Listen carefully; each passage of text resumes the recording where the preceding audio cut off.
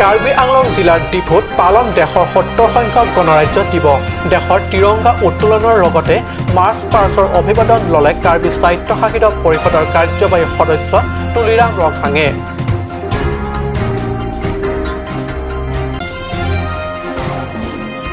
পশ্চিম কাৰ্বি আংলঙতো দেশৰ ৭০ সংখ্যক গণৰাজ্য দিৱস পালন অনুষ্ঠানলৈ মুখ্য অতিথি হিচাপে নিমন্ত্ৰণ কৰি কাৰ্বি ৰজা আৰু পাৰিষদক অপমান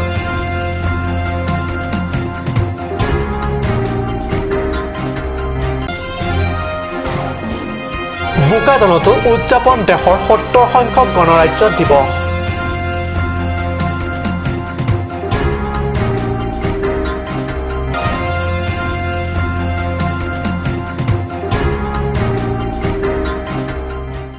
নমস্কাৰ অসমীয়া প্ৰাইম টাইম বাতৰিত মই পৰহজ্যোতি শৰ্মাই স্বাগতম জনাইছো এতিয়া আগবাঢ়িছো প্ৰথমটো বাতৰিলৈ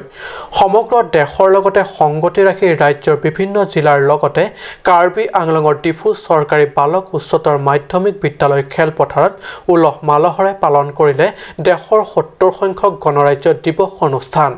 ৭০ সংখ্যক গণৰাজ্য দিৱসৰ উপলক্ষে দেশৰ তিৰংগা উত্তোলন কৰিলে কাৰ্বি স্বায়ত্তশাসিত পৰিষদৰ মুখ্য কাৰ্যবাহী সদস্য তুলিৰাম ৰংহাঙে পুৱা ব্যক্তিগত অনুষ্ঠান প্ৰতিষ্ঠান শিক্ষা প্ৰতিষ্ঠান তথা চৰকাৰী বিভিন্ন কাৰ্যালয়ত ৰাষ্ট্ৰীয় পতাকা উত্তোলনৰ পিছতেই ডিফু বালক উচ্চতৰ মাধ্যমিক বিদ্যালয় খেলপথাৰত উদযাপন কৰিলে দেশৰ ৭০ সংখ্যক গণৰাজ্য দিৱস উলহ মালহৰে উদযাপিত গণৰাজ্য দিৱস অনুষ্ঠানৰ তিৰংগা উত্তোলন কৰিলে মুখ্য কাৰ্যবাহী সদস্য তুলিৰাম ৰংহাঙে ৭০ সংখ্যক তিৰংগা উত্তোলনৰ পিছতে গণৰাজ্য দিৱস অনুষ্ঠানত উপস্থিত থকা কেইবা সহস্ৰাধিক ৰাইজক উদ্দেশ্যে ভাষণ প্ৰদানত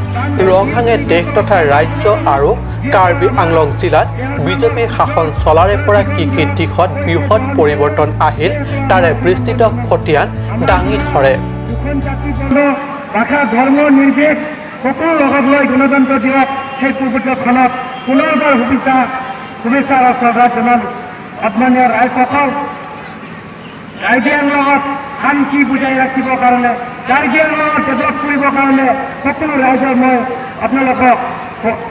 আহ্বান জনালোঁ আৰু আপোনালোকক মই অনুৰোধ কৰিছোঁ যে কাৰ্বি আংলং আমি শান্তি বজাই ৰাখিব লাগিব কাৰ্বি আংলঙত পৰিৱৰ্তন কৰিব লাগিব তাকে কয় সকলোলৈ আজি আমাৰ পতাকা উত্তোলন কাৰ্যসূচীৰ পিছতে মাৰ্চ পাৰ্চৰ অভিবাদন গ্ৰহণ কৰিলে মুখ্য কাৰ্যবাহী সদস্যগৰাকীয়ে Platoon Commander Under Officer Sarlong Simu.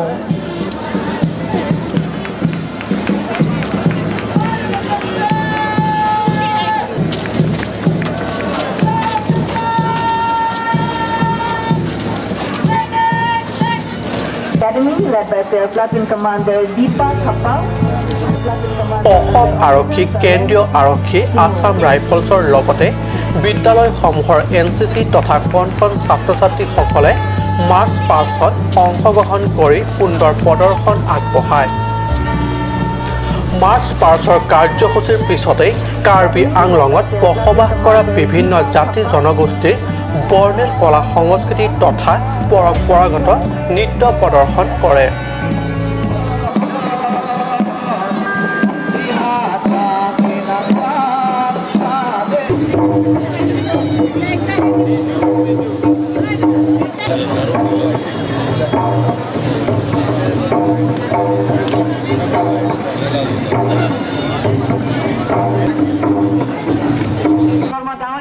Good morning এনেকুৱা হৈ আছে অনুশীলন আপোনালোকৰ এতিয়ালৈকেতো ভাল হৈ আছে চাই আছোঁ এইবাৰ লাষ্টবাৰ আৰু তাৰ আগৰবাৰতো ফাৰ্ষ্ট প্ৰাইজ পাইছোঁ এইবাৰ হেট্ৰিক ল'বলৈ ট্ৰাই কৰি আছোঁ আৰু লাষ্ট 3 ইয়াৰ্ছৰ হেট্ৰিক কৰি আছোঁ বেষ্ট কমাণ্ডাৰ চাওঁ এইবাৰ ল'ব পাৰোঁ নেকি হয় তাকে প্ৰত্যেক বছৰে তোমালোকে প্ৰথম হিচাপে গৈ আছা এবাৰো কি আশা কৰিছা এবাৰ অলপ নতুন টীম হয় সৰু অলপ মই এবাৰ সৰুৰ পৰা আৰম্ভ কৰিছোঁ তো চাওঁ যিমান পাৰোঁ 100% দিছোঁ প্লেটুন ল'বলৈ ট্ৰাই কৰিম বেষ্ট কমাণ্ডাৰটো পাম বুলি এটা আশা ৰাখিছোঁ কিমানজনে পাৰ্টিচিপেট কৰিছে তো এবাৰতো টোটেল আছে 40 40 দুটা এটা ফ্লেগ বেয়াৰ এজন কমাণ্ডাৰ প্ৰেক্টিচ কিমান দিনৰ পৰা কৰি আছিলা প্ৰেক্টিচ আমাৰ বেছি দিন চলা নাই কাৰণ আমাৰ এক্সাম চলি থাকে তো যিদিনা ইয়াত আহিছোঁ তাৰ পৰা প্ৰেক্টিচ চলি আছে 21ৰ পৰা প্ৰেক্টিচ চলি আছে ইয়াত থেংক ইউ শুভেচ্ছা থাকিল তোমালোক থেংক ইউ মেম হয় ইয়াতে আজি বিভিন্ন ধৰণৰ জনগোষ্ঠীয় লোক আহি উপস্থিত হৈছে আৰু তেওঁলোকে সাংস্কৃতিক গীত হওক নৃত্য হওক ইয়াতে পৰিৱেশন কৰিব গতিকে আমি তেওঁলোকৰ পৰা জানিবলৈ চেষ্টা কৰিম তেওঁলোকৰ ইয়াত অনুভৱ কেনেকুৱা হেল্ল' ইয়াত আহি কেনেকুৱা লাগিছে তোমালোকৰ ভালেই লাগিছে বেয়া লগা নাই আৰু আমাৰ যিটো ৰিপাব্লিক ডে হয় এভৰি ইয়াৰ চেলিব্ৰেট কৰা হয় ইয়াত পাৰফৰ্ম কৰিবলৈ পাই আমাৰ আৰু বেছি ভাল লাগিছে কিমান দিনৰ পৰা প্ৰেক্টিচ কৰি আছিলে এইটো পাৰফৰ্মেঞ্চৰ কাৰণে আমাৰ বেছি দিন প্ৰেক্টিচ কৰা যোৱা নাই জাষ্ট 2 days প্ৰেক্টিচ কৰা গৈছিলে 2 days প্ৰেক্টিচ কৰি লৈ পেলাই আমি আহিছোঁ আৰু আমাৰ টীম আছে এইফালে বা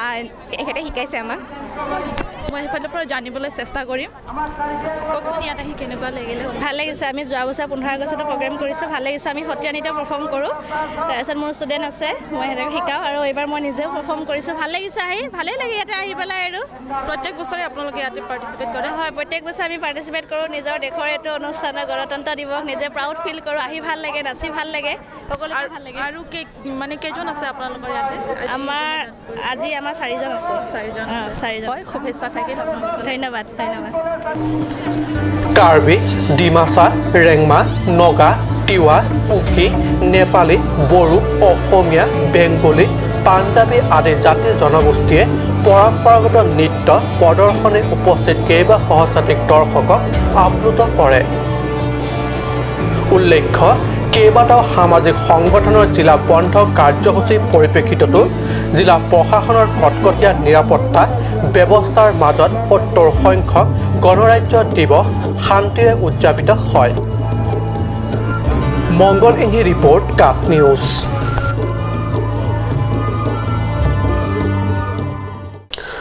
পশ্চিম কাৰ্বি আংলং জিলা প্ৰশাসনে জিলা সদৰ হামৰেনত 70 সংখ্যক গণৰাজ্য দিৱসটি উলহ মালহৰে পালন কৰে 5 সহস্ৰাধিক লোকৰ উপস্থিতিত হামৰেনৰ ৰংবং ৰংহাং খেলপথাৰত উপস্থিত হোৱা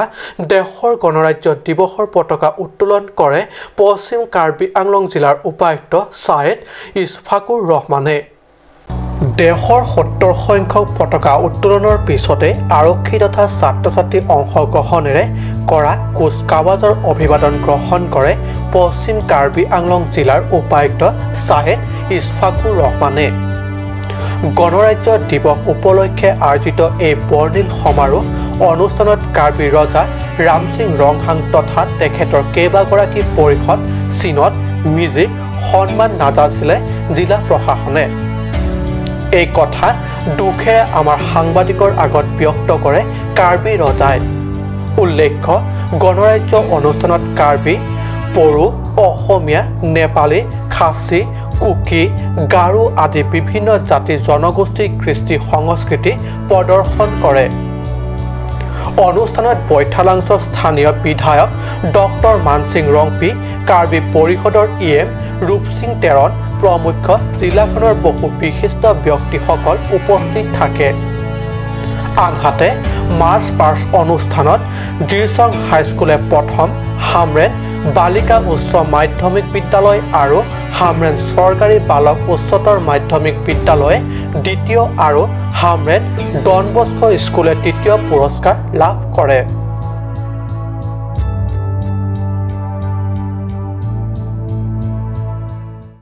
কাৰ্বি আংলঙৰ বোকাজান মহকুমাস্থিত CCI খেলপথাৰ উদযাপন কৰা হয় দেশৰ 70 সংখ্যক গণৰাজ্য দিৱস বোকাজান মহকুমাধিপতি দিলীপ তেৰাঙে উত্তোলন কৰে দেশৰ 70 সংখ্যক গণৰাজ্য দিৱস উপলক্ষে ৰাষ্ট্ৰীয় পতাকা দেশৰ 70 সংখ্যক গণৰাজ্য দিৱস উপলক্ষে ৰাষ্ট্ৰীয় পতাকা উত্তোলনৰ পিছতেই ব্ৰিটিছ শাসকৰ পৰা দেশবাসীয়ে সাংবিধানক ভাৱে স্বশাসনৰ লাভ কৰা এই বিশেষ দিনটো আজি 70 সংখ্যক বৰ্ষপতি উপলক্ষে সমগ্ৰ দেশে উদযাপন কৰিছে বিভিন্ন বৰ্ণিল কাৰ্যসূচীৰে বোকাজান CCI খেলপথাৰত অনুষ্ঠিত গণৰাজ্য দিৱস অনুষ্ঠানত ৰাষ্ট্ৰীয় পতাকা উত্তোলন কৰি অসম আৰক্ষী কেন্দ্ৰীয় আৰক্ষী তথা বিভিন্ন শিক্ষা প্ৰতিষ্ঠানৰ NCC আৰু ছাত্ৰ-ছাত্ৰী মাৰ্চ পাষ্টৰ অভিবাদন গ্ৰহণ কৰে মহকুমাধিপতিগৰাকীয়ে অনুষ্ঠানত কাৰ্বি চিয়াম কুকি বড়ো মণিপুৰী বেংগলী নেপালী আদি বিভিন্ন জাতি জনগোষ্ঠীয় নিজৰ নিজৰ পৰম্পৰাগত নৃত্য প্ৰদৰ্শন কৰে বুকাজানৰ পৰা আনন্দ তেৰাঙৰ ৰিপৰ্ট কাট নিউজ কাৰ্বি জনগোষ্ঠীৰ অন্যতম জাতীয় সংগঠন কাৰ্বি লাম্মেট আমেৰ ২৭তম বাৰ্ষিক অধিৱেশনখন এবাৰ পশ্চিম কাৰ্বি আংলঙৰ জিৰিকেনডেঙৰ হেম্ফু মুক্ৰাঙৰ বাকৰিত অনুষ্ঠিত হৈ যায় যোৱা ২১ জানুৱাৰীৰ পৰা অনুষ্ঠিত বৰ্ণিল সাহিত্য অধিৱেশনখনে যোৱা ২৪ জানুৱাৰীত সফল সামৰণি পৰে পশ্চিম কাৰ্বি আংলঙৰ অতিকৈ পিছপৰা তথা যাতায়াতৰ যথেষ্ট অসুবিধাকো নেওচি কাৰ্বি লাম্মেট আমে তৃতীয় দিনৰ সাহিত্য বিশেষৰ মুকলি অনুষ্ঠানত বিশেষ নিমন্ত্ৰিত অতিথি হিচাপে যোগদান কৰে অসম সাহিত্য সভাৰ সভাপতি ডক্টৰ পৰমানন্দ ৰাজবংশীয়ে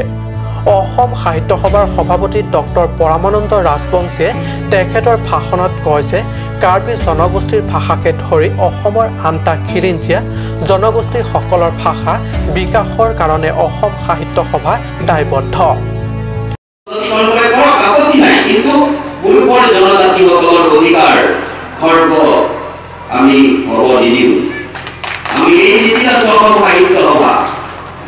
আমি জানো আজি খিলঞ্জীয়াৰ স্বাৰ্থৰ বাবে আমি লাগিছো কাৰ্বি লাম্মেট আমেৰ সভাপতি সুৰেন কামছাৰ পৌৰোহিত্যত অনুষ্ঠিত উক্ত সভাত অসম সাহিত্য সভাৰ সভাপতিয়ে কয় যে লগতে জিৰিকেনডেঙলৈ অহা একমাত্ৰ গড়কাপ্তানি পথৰ জৰাজীৰ্ণ অৱস্থাৰ প্ৰসংগত সভাপতিগৰাকীয়ে ভাষণ প্ৰসংগত কয় যে তেখেতে অসমৰ মুখ্যমন্ত্ৰী সৰ্বানন্দ সোণোৱাল আৰু তুলিৰাম ৰংহাঙক অঞ্চলটোৰ ৰাস্তা ঘাটকে ধৰি ৰাজ্যৰ সৰ্বাংগীন উন্নয়নৰ বাবে সমস্যাসমূহৰ কথা অৱগত কৰিব যে আজি মই এইখন ঐতিহ্যমণ্ডিত এই স্থানলৈকে আহিছোঁ আৰু খেৰণিৰ পৰা এই স্থানলৈকে আহোঁতে প্ৰায় 50 কিলোমিটাৰ যিটো জঘন্য যিটো পথ হয় এই পথটি শীঘ্ৰে মেৰামতি ব্যৱস্থা কৰিবৰ কাৰণে আৰু তাৰ কাৰণে সুকীয়াকৈ আমাৰ যি নেকি কাৰ্বি আংলং স্বায়ত্তশাসিত পৰিষদৰ লগত যোগাযোগ কৰিবৰ কাৰণে মই অসমৰ মাননীয় মুখ্যমন্ত্ৰী গড়কাপ্তানি মন্ত্ৰীক মই আপোনালোকৰ সংবাদ মাধ্যমৰ জৰিয়তে আমি অনুৰোধ জনাইছোঁ কাৰণ কাৰ্বি আংলঙৰ যদি ৰাস্তা পথ যদি উন্নীত নহয় তেতিয়াহ'লে কাৰ্বি মানুহৰ উন্নতি কেনেকৈ হ'ব এয়াই হৈছে অসমৰ বিকাশ হ'ব লাগিলে কাৰ্বিসকলৰ বিকাশ হ'ব লাগিব সেইকাৰণে মই এই আবেদন জনাইছোঁ আৰু আমি সদায় আছোঁ অসম সাহিত্য সভা কাৰ্বি ভাষা সাহিত্য সংস্কৃতিৰ ক্ষেত্ৰত আমি দায়বদ্ধ যিহেতু কাৰণ আমি কেতিয়াও পাহৰিব নোৱাৰোঁ এই আমাৰ যি কাৰ্বি জাতিয়ে অসমীয়া ভাষা সাহিত্য সংস্কৃতি জগতলৈ যেনেকৈ অৰিহণা আগবঢ়াইছিল এই অৰিহণা আমি পাহৰিব নোৱাৰোঁ আমি অন্যান্য আমাৰ শ্ৰদ্ধাৰ আমাৰ সত্য সিং তৰণেই হওক বা আমি আমাৰ শ্ৰদ্ধাৰ পদ্মশ্ৰী ৰম্বং তাৰাঙেই হওক বা আমাৰ চামসিং হানছেই হওক বা আজিৰ বহু যুৱক যুৱতীয়ে অসমীয়া ভাষাত লিখা মেলা কৰাৰ উপৰিও কাৰ্বি সাহিত্যক সমৃদ্ধ কৰিছে এই কথাখিনি আমাৰ অসম চৰকাৰে বুজাটো উচিত কাৰ্বি ভাষা সংস্কৃতি উন্নতি হ'লেহে অসমীয়া আৰু অসমৰ উন্নতি হ'ব এই কথাখিনি সকলোকে মনত ৰাখিবৰ কাৰণে মই আবেদন মুখ্য অতিথি হিচাপে সভাখনত উপস্থিত থকা কাৰ্বি ৰজা ৰামসিং ৰংহাঙে কয় যে কাৰ্বি পৰম্পৰাগত গীত মাত আদিতে ভাষা সাহিত্য লুকাই থাকে এই গীত মাত জীয়াই থাকিলেহে প্ৰকৃতাৰ্থত কাৰ্বি ভাষা সাহিত্যৰ বিকাশ ঘটিব কিন্তু আজিৰ নৱপ্ৰজন্মই কাৰ্বি পৰম্পৰাগত গীত মাত তথা লোকগীত সমূহ গাবলৈ ইচ্ছা নকৰে কাৰ্বি লাম্মেট আমে এইবোৰ সংগ্ৰহ কৰি সুৰক্ষিত কৰাৰ ব্যৱস্থা কৰিব লাগে উল্লেখ্য অনুষ্ঠান প্ৰতিনিধি শিবিৰ মুকলি বজাৰ গৃহ মুকলি আৰু প্ৰতিনিধি বৰ্গৰ সভাৰে প্ৰথমটো দিনৰ কাৰ্যসূচীৰ পিছত দ্বিতীয় দিনা পুৱা কাৰ্বি লাম্মেট আমেৰ সভাপতি সুৰেন কামছাৰ আমেৰ পতাকা উত্তোলন বিশিষ্ট সাহিত্যিক ৰামসিং ফাংছই স্মৃতি তৰ্পণ অনুষ্ঠানেৰে শুভাৰম্ভণি হোৱাৰ পিছতে গ্ৰন্থ উন্মোচনী সভা বিশিষ্ট কবি চাৰেদ হানছে পৰিচালনাত কবিতা প্ৰতিযোগিতা শ্ৰুতি গল্প প্ৰবন্ধ আকস্মিক বক্তৃতা অনুষ্ঠান আদিৰ প্ৰতিযোগিতা হয় আনহাতে এইবাৰ অধিৱেশনত বিশেষ তাৎপৰ্য হৈছে মেঘালয়কে ধৰি উত্তৰ পূব প্ৰান্ত আৰু জিলাখনৰ বিভিন্ন প্ৰান্তৰ পৰা যোগদান কৰা প্ৰতিনিধি সভাত জিলাত যিকোনো মাধ্যমৰ বিদ্যালয়সমূহত কাৰ্বি ভাষা পাঠদান কাৰ্বি মাধ্যমৰ বিদ্যালয়সমূহ চৰকাৰীকৰণ কাৰ্বি শিক্ষকসকলৰ মাহেকীয়া দৰমহা বৃদ্ধি কাৰ্বি ভাষা মাধ্যমৰ স্কুলসমূহত পৰ্যাপ্ত শিক্ষক নিযুক্তি প্ৰদান কৰিবলৈ কাৰ্বি লামমেট আমিৰ তৰফৰ পৰা চৰকাৰক হেঁচা প্ৰয়োগ কৰিবলৈ প্ৰস্তাৱ গ্ৰহণ আদি আনহাতে নিমন্ত্ৰিত অতিথিৰ ভাষণত প্ৰাক্তন লামমেট আমিৰ প্ৰাক্তন সভাপতি খৰসিং তেৰণে অধিৱেশন থলীত ৰাইজৰ উপস্থিতি কম দেখি দুখ প্ৰকাশ কৰাৰ লগতে এইদৰে কয় Longlita anglong el pide la cholo a veces la piñana anglong el otro de linda de don que lo coma linda calla comando ni tu nai comando ni que da nai pulo de lamet ko son si ko lam cholo son si panjir ko ka son si ko lamet ko son si panjir ko lam ko son lo que piñania kabi alam que english sinai la pen ini tu kabi alam para si dame ko firma la son si mata kabi alam ke aleve Niri metamel jebo niri soma itu nahu nasari itu enan lerote twinkle itu start one to go up itu le yesu pila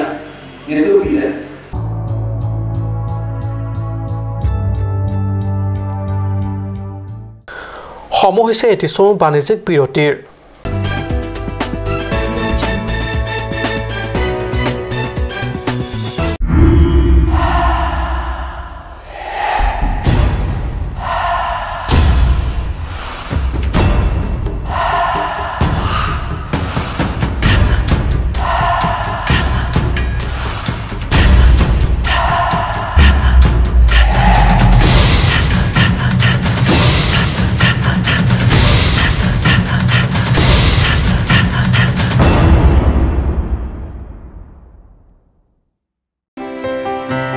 In continuation of this office notification number ADSDE 213/2013 to 2014-48 dat 12/9/2018,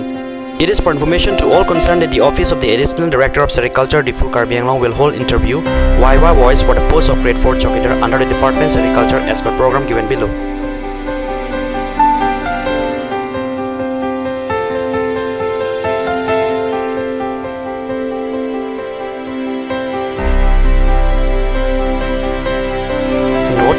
Note the ADA will be provided by the department. The candidate should bring all their documents in original on the day of the interview. No separate call letter will be issued for interview YY voice for the post of Chokidar.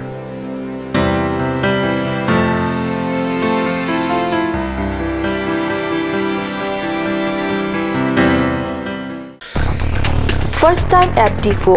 First International Trade Fair 2019 from 18 January to 30 January at DIFU Club.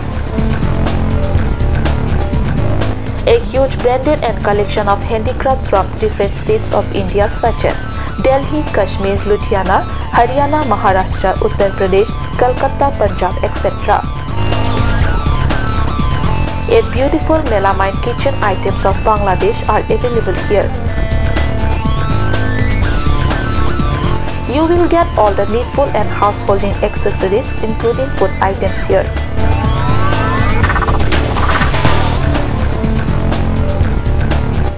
There is no any fee required for entry.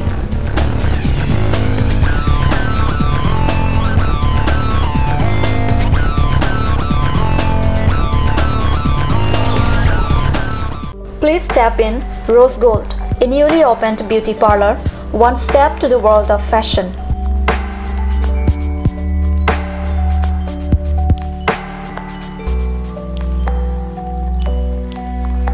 All kind of facilities are available here such as hair spa, bleaching, makeup, pedicure and manicure, hair perming, straightening, body spa, facial, threading, waxing, etc.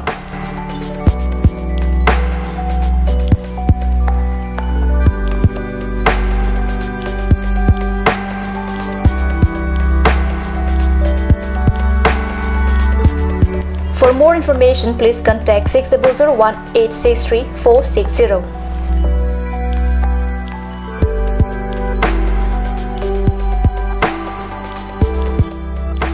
Rose Gold, a newly opened beauty parlor, first floor, Cakes Legacy Building, Main Market, DIFU.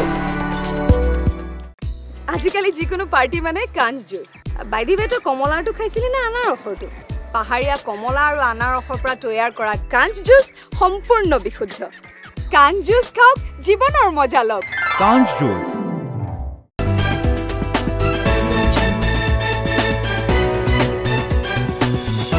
বিৰতি পিছত পুনৰ বাতৰি মজিয়াত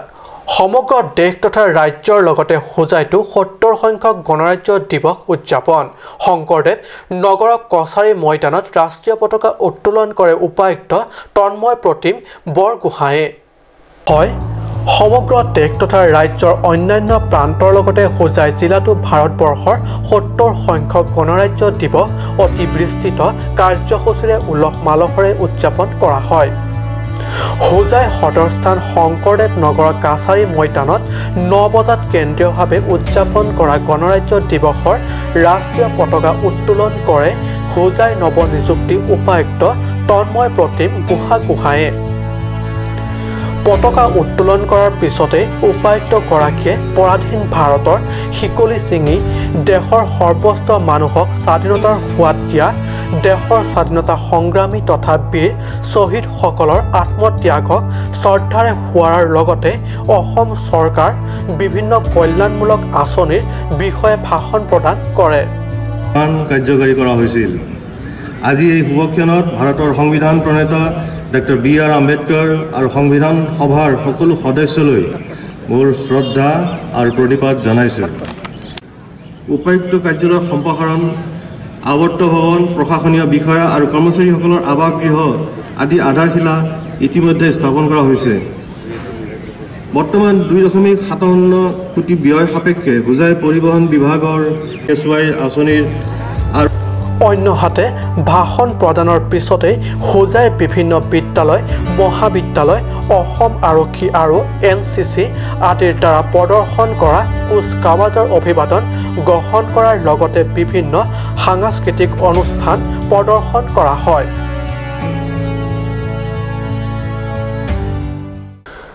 গণৰাজ্য দিৱসৰ দিনাই অথন্তৰ জনপ্ৰিয় তথা যুৱ প্ৰজন্মৰ হাৰ্টথ্ৰব জুবিন গাৰ্গৰ বিৰুদ্ধে গোচৰ লংকা আৰক্ষী থানাত গোচৰ তৰিলে বিজেপি হোজাই জিলা কিষাণ মৰ্চাৰ সম্পাদক সত্যৰঞ্জন বৰাই নতুন প্ৰজন্মৰ জনপ্ৰিয় গায়কে আন এগৰাকী জনপ্ৰিয় গায়কক কৰা শব্দ প্ৰয়োগৰ অভিযোগত এই গোচৰ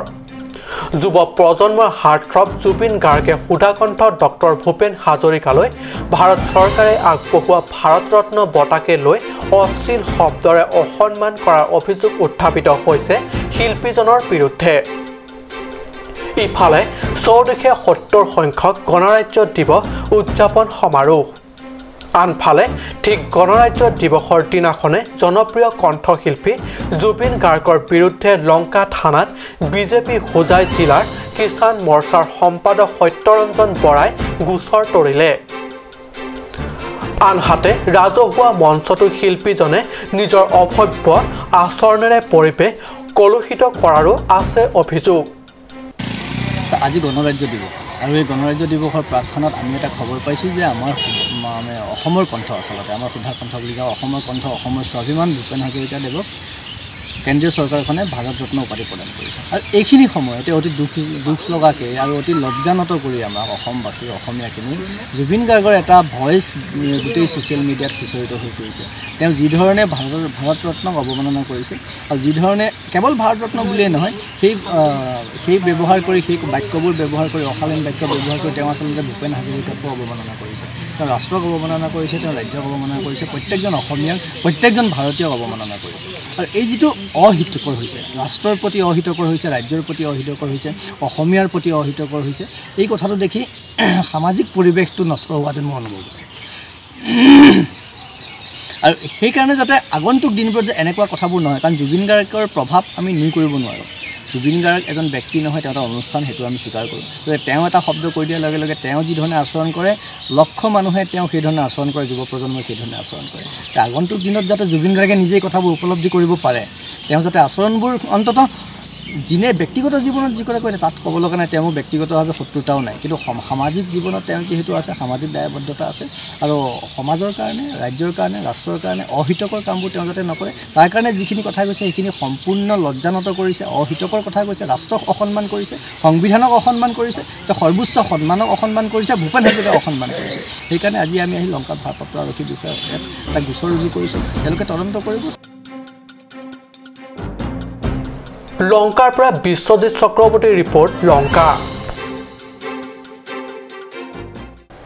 আজি অসমীয়া প্ৰাইম টাইম বাতৰি ইমানতে সামৰিছোঁ ধন্যবাদ